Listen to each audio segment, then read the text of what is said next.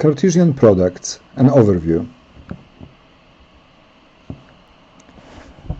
The Cartesian product of x and y is denoted in this way,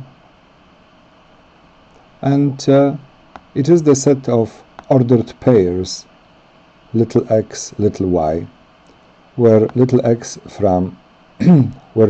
comes from the set capital X and little y comes from the set capital Y.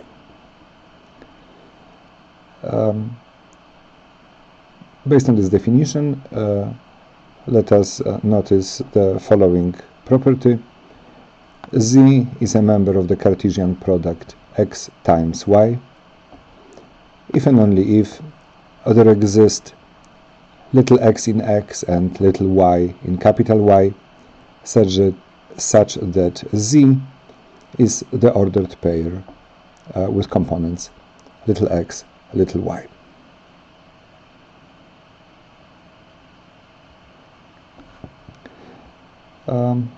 Another definition: the Cartesian second power of x is denoted as x squared, and it is the Cartesian product of x by itself. When we take the Cartesian square of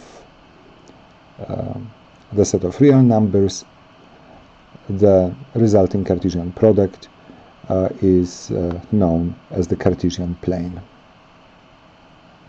And we use the Cartesian plane whenever we refer to points as pairs of numbers.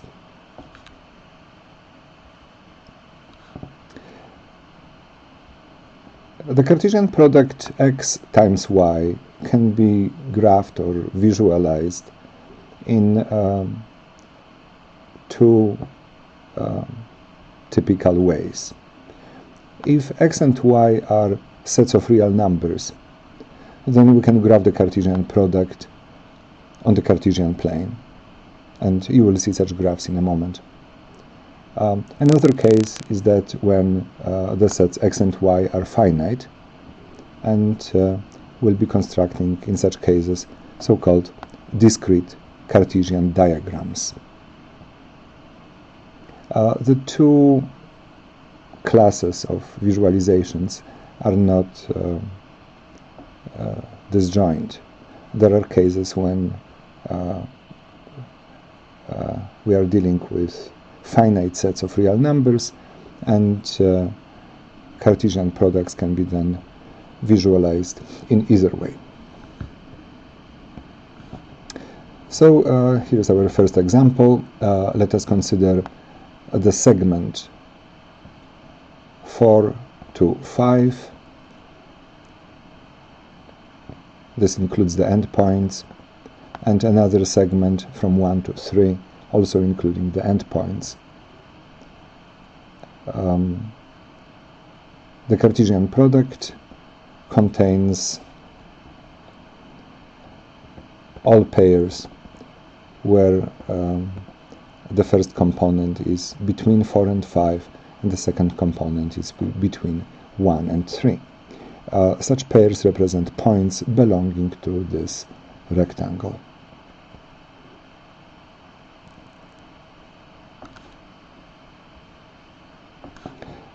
Another example, the segment from 4 to 5, including the endpoints, times, in the sense of Cartesian product, with the two-element set containing numbers 1 and 3.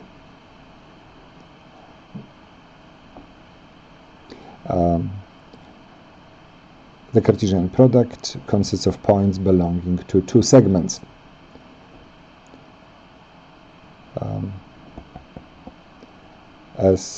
As visible in this graph. And another example, the set containing 1, 4 and 5, Cartesian product, the set containing 1 and 3. In this case, it is easy to enumerate the members of the Cartesian product. I'm enumerating them by creating all possible pairs where the first component comes from the first set. So I have these cases when the first component is 1, cases when the first component is 4, cases when the first component is 5, and the second component of the ordered pair comes from the second set, being either 1 or 3. 1 or 3. 1 or 3, and this has been done in all possible ways. The resulting set of points is then graphed on the Cartesian plane.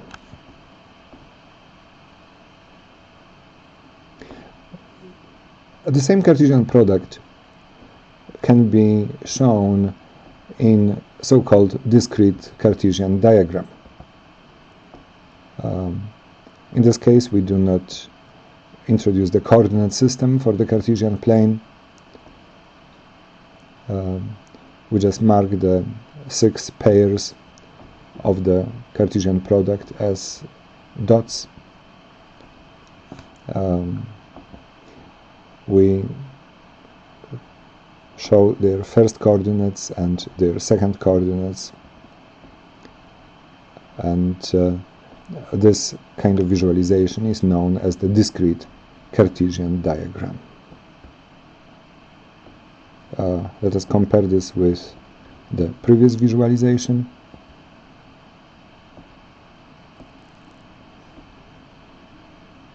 And here is this discrete visualization once again.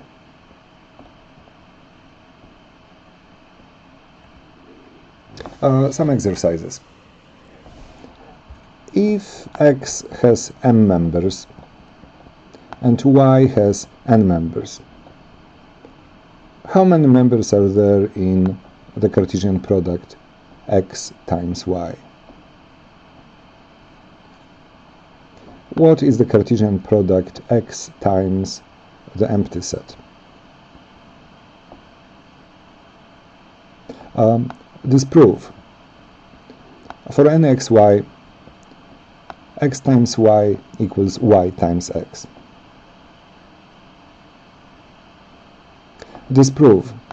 For any xy, x times y is different from y times x.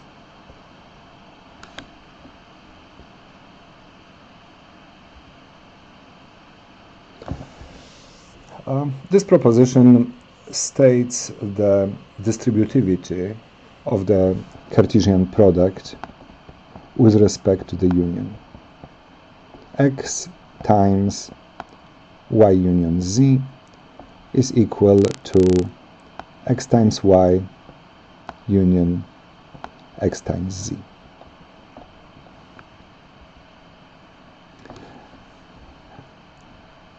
The proposition states an equality. This is an equality of sets. An equality of sets is conveniently handled as two inclusions. So in the proof you expect the proof of the inclusion from the left to the right, and later of the inclusion from the right to the left. For this inclusion, let us assume that A is a member of the Cartesian product of X times the union of Y and Z.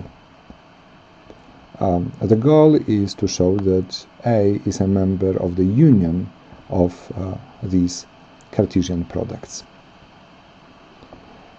From this assumption, A must be an ordered pair with components x and b for some x in capital X and some b in the union of y and z. And as b is a member of the union of y and z, we can say that B belongs to Y or B belongs to Z. We'll consider two cases. B is in Y, and later B is in Z. In the first case, let's see what we know about our element A.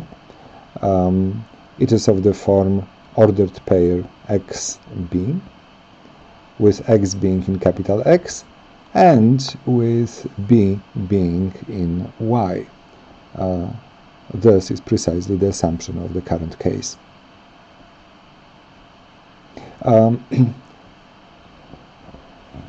This means that A is a member of the Cartesian product of X and Y.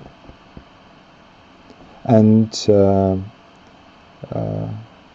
if so, it is also a member of the union of X and Y and anything else. So in this case we have achieved the goal. The second case is similar. We are assuming that B is a member of Z. What do we know about A? It is an ordered pair XB. The second component now is known to belong to Z. This means A is a member of the Cartesian product X times Z, and if so, it is a member of the union where I can add anything to X and X times Z, and this gives me exactly the goal I wanted to achieve. So this completes the proof of the first inclusion, the inclusion from the left to the right. Now the proof of the other inclusion. We are assuming that A is a member of this union. The goal is to show that A is a member of this Cartesian product. From our assumption, A is a member of this component of the union, or it is a member of this component of the union. We will split into two cases. The first case, in this case we have that A must be an ordered pair with components X, B, where X is in capital X and B is in capital Y. As B is in capital Y, we are also free to write that B is in the union of Y and Z. And if so, we conclude that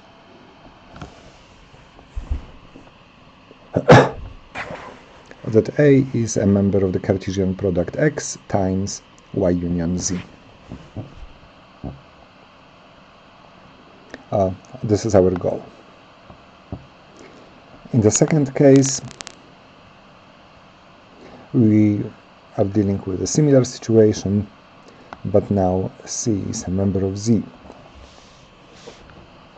Being a member of Z, it is also a member of the union Y union Z. And so A is a member of this Cartesian product. We have reached our goal.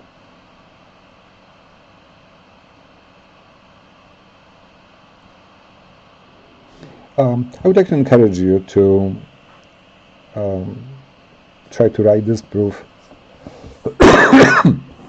excuse me, to write this proof again on your own.